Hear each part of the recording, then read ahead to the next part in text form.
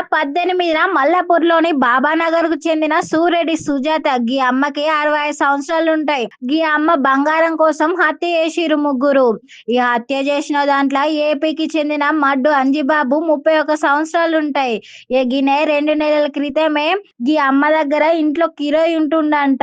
ఇక బంగారం కోసం ఎప్పటి నుంచో ప్లాన్ చేసినట్టున్నాడు. ఇక నిన్న వాళ్ళ బామ్మర్ది గల స్నేహితుని పిలిపించి గా అమ్మ గొంతు నులిమి హత్య చేసిర్రు. ఈ హత్య చేసిన తర్వాత గమ మృతదేహాన్ని ఆంధ్రప్రదేశ్ లోని కోనసీమ జిల్లా కృష్ణలంక గోదావరి నదిలో పడేసిరంట. ఇదంతా సీసీ కెమెరాలో రికార్డ్ అయింది. Nacharam police CI Dhanunjaya sir arrest చేసి రిమాండ్ కు పంపించిండంట.